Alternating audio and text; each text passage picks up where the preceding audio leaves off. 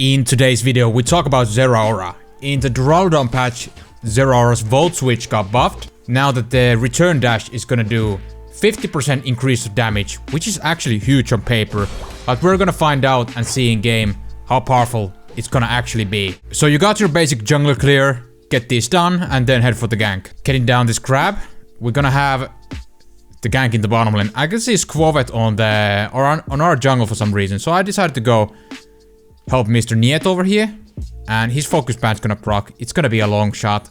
I'm not gonna continue chasing that. It's gonna waste my time even more. I'll make it time for bees, which is good. Go for the bees. Bzz, bzz. Hopefully my teammates here with me. We can get some bees here. And I don't want to overstay my welcome because we have only one person here for some reason and 3 in the top. So we can go super aggressive unless they want to push like this. And as you can see, we're gonna get the Dragonair, which is very nice. We probably can go for this Duraludon as well. But just don't overextend. Want to find that balance between offense and defense. If you go too far on the wrong place, it's gonna look bad. Going for this top Dino and then we go back. The buffs have been reset already, so... So level 6, you're gonna get the Volt Switch. And let's test the damage. What? You could barely feel that. It was super low, like... I like this nice addition that you can do some damage on the return dash. But think about it, how situational is the return dash and the fact that someone is actually gonna stand on that area when you return dash. Just testing out this Buffalo alone, it didn't feel that tremendous, really. Usually you do use the Volt Switch for mobility purposes, or if you want to try juke enemies with that, so I don't know. I'm not really feeling the buffs, and it's a little shame because we haven't seen a lot of Zeraora lately in the games, because other Pokemon are doing the jungle better, such as Cinderace and Duraludon, so why would people run this Pokemon? That's the question, that's the question. Getting the pick on Dragonair, very nice. Can we go for this Duraludon?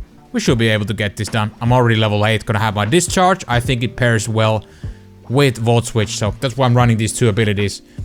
So we get the tier 1, we get a couple picks, now we go for Dreadnought. Very nice. Dreadnought taken, no contest, easy peasy lemon squeezy. There seems to be a top lane fight going on. Absol going for the Cinderace, he's gonna get the picks.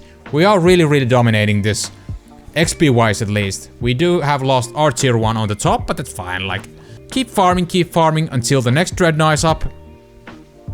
And look at that, I did the return again, did you notice? The damage is very unnoticeable, in my honest opinion at least. It doesn't really...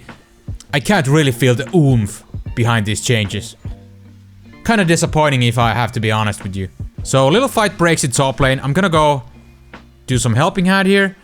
And we want to break this top lane. I'll let this Duraludon score. He has more points than I, for the better overscore.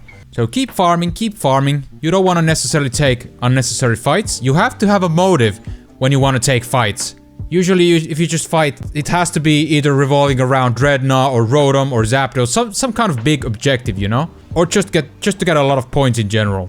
That's another reason. But since we are on our upper hand, we are very capitalizing on this situation. So we are gonna start getting their jungle creeps and yeah, just asserting our dominance over here. Very strong. Gonna go for this Duraludon. We're gonna pick him, trade for the Blastoise. Their Cinderace is gonna unite, and I wanted to get the Unite move up here and use it for the Cinderace, but I was able to die before that. A little unfortunate, but it's fine. I'm gonna still respawn for the second Dreadnought, so I'm not too worried about it. Their Cinderace trying to score 40, but Blastoise is gonna defend that. No worries. I'm gonna go with the eject button and chase alongside with the Volt Switch, gonna have a pick on the Cinderace. You could also try Full Heal or Slow Smoke for this Pokemon. I think they can work as well, just fine. But eject button is something I really like to use personally, so that's why I'm running it on this game. I can only see Greedent nearby, but he's not gonna contest. He wanted to go for that little back cap, so we just got the Dreadnought. And Cinderace, bro, what are you doing? That's just inting at this point. Not good, not good. And look at that. We're actually starting to do pretty decent damage, but it's not thanks to the aforementioned Volt Switch return damage buff. It's not that impactful really, guys. What do you think in the comments? Let me know. I'm really curious to know. But yeah, Zeraora still as a Pokemon. I think he's somewhere in the mid tier. B-ish, I would say. The issue with Zera, there are just better options right now. Okay, they have some shenanigans going in the bottom. I'm just trying to defend this. Keep my distance. I don't want to use my Unite move here, because I really want to save it for Zap. We're not gonna get the pick on Cinderace. That's very nice. We're gonna A9 coming up as well. Very nice. Go for the Dragonite. If we can get some pick here, that's gonna be a plus. But since I'm not really feeling the impact on these changes, I would still rather run Wild Charge and Spark on Zeraora than Discharge and Volt Switch. Even though you could argue this build is more fun than Spark and Wild Charge. Wild Charge and Spark is just better overall. We are gonna go for this Quickie Diggy Dreadnought just before the Zap. There Decidueye tried to steal it, but he's gonna be late on the battle, so no worries on that. Gonna do a little reset here just before the Zap. I can see already people grouping up for that, so I'm gonna join the party here. Their Duraludon got horribly positioned. We're gonna capitalize on that. And we really don't technically need the Zapdos. We just wanna prevent enemy getting it. But man, the enemy team is just dying one by one.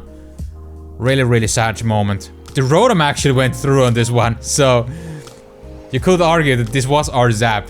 So yeah, a ton of points going in. They're just gonna surrender. GG's. What do you guys think about the changes on Zeraora? I think they were kind of minuscule. I can't really feel the oomph behind this. Yeah, thank you guys for watching. If you enjoyed, a thumbs up would be appreciated, and I hope you have a wonderful day.